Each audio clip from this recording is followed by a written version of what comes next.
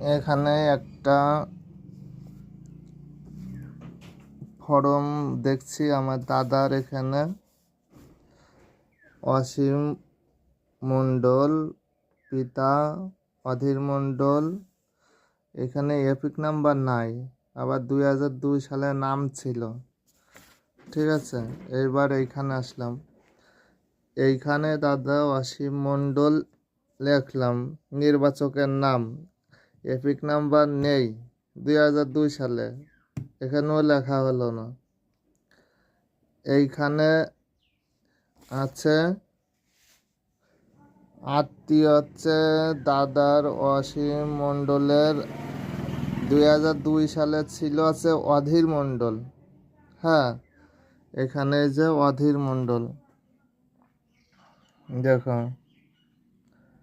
2002 সালে নাম ছিল অধীর মণ্ডল।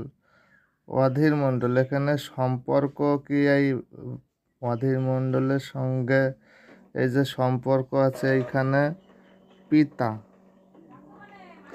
তাহলে এইখানে আমি পিতা লিখেছি।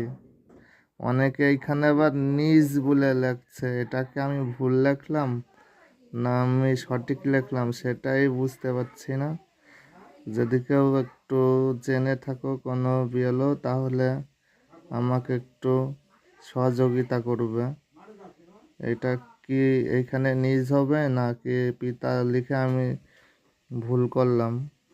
এই যে অধীর মণ্ডল, পিতা ছিল হচ্ছে 2000 সালে, পিতার নামে করা ছিল অভিভাবক।